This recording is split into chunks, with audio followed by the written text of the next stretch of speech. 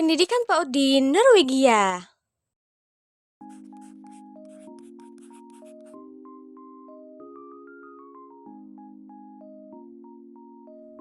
Di negara Norwegia, rata-rata jam pembelajaran untuk anak usia dini adalah 41 jam per minggu, dengan jumlah rata-rata kehadiran anak sebanyak 35 jam per minggu. Sebanyak 99% TK beroperasi 5 hari kerja selama 1 minggu. Tahun ajaran baru di Norwegia dimulai pada awal bulan Agustus. Waktu belajar per tahun adalah 11 bulan. Sekolah TK di Norwegia dimiliki 50% oleh swasta dan 50% pemerintah.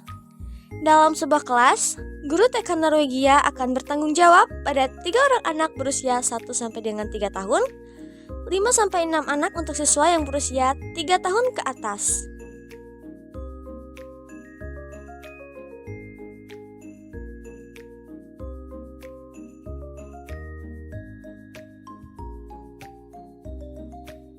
Gaji awal guru prasekolah di Norwegia rata-rata berkisar 258 kron atau sekitar Rp364.000. Setelah 1 tahun bekerja, maka akan berubah menjadi 303.580 kron atau sekitar Rp431.000 dengan rata-rata waktu kerja 5 hari dalam seminggu dan 8-10 jam per hari.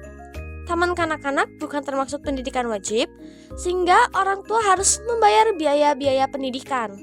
Namun, pemerintah masih memberikan bantuan yang disebut parental fees.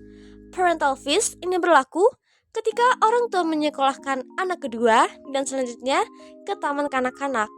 Untuk anak kedua, berlaku potongan harga sebesar 30%, dan anak ketiga hingga seterusnya berlaku potongan 50%.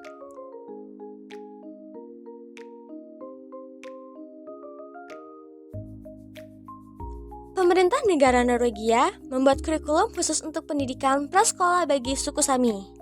Suku Sami merupakan penduduk asli dari bangsa Eropa yang hidup secara nomaden di beberapa perbatasan negara-negara Skandinavia.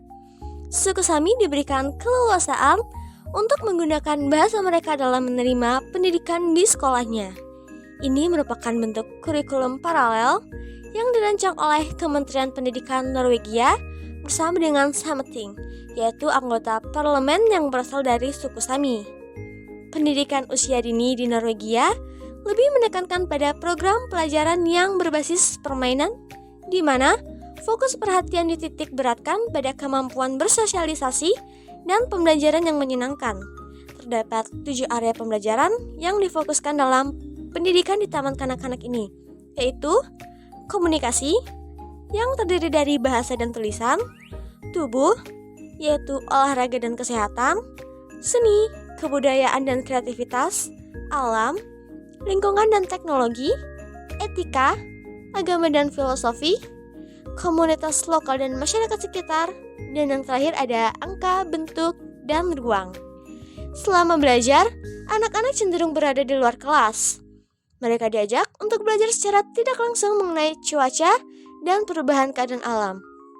Maka tidak heran, meskipun cuaca saat mereka bermain sedang hujan, panas, bahkan hujan yang disertai salju, guru tetap membiarkan mereka bermain dengan pengawasan tertentu. Ada juga yang mengatakan bahwa kurikulum yang digunakan oleh Norwegia adalah National Curriculum of Norwegia. Konsep utama pendidikan di Norwegia adalah yang pertama, pertumbuhan dan perkembangan, permainan, aktivitas, pembelajaran, pembentukan dan partisipasi.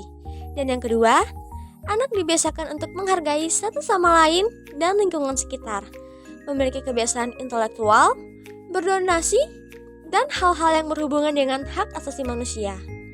Dalam strategi pembelajaran di Norwegia, kontennya harus komprehensif, bervariasi dan disesuaikan dengan anak-anak. Pengasuhan, pengembangan formatif, permainan, pembelajaran, keterampilan sosial serta proses komunikasi dan bahasa harus dilihat dalam konteksnya. Dan bersama hal-hal tersebut akan memberikan kontribusi terhadap perkembangan anak secara menyeluruh.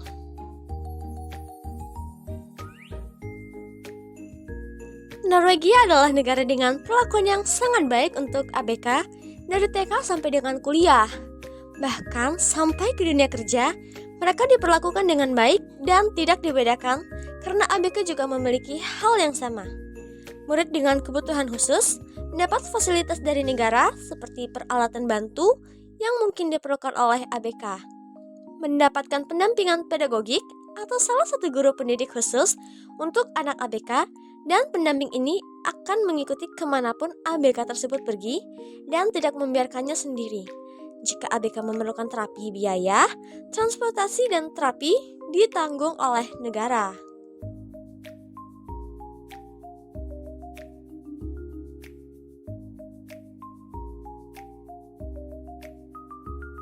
Pertama, calon guru di Norwegia harus melewati lagi 1 tahun pendidikan profesi seperti di Indonesia, agar dapat mengajar dengan baik dan benar-benar di taman kanak-kanak.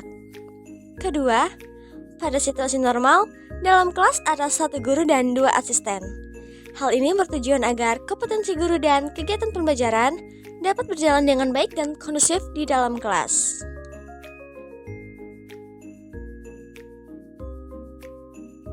Sistem rekrutmen di negara Norwegia mengatur mengenai standar tenaga pengajar untuk pendidikan anak usia dini dan melewati program pendidikan guru yang sudah ditentukan oleh pemerintah kurang lebih selama 3-4 tahun.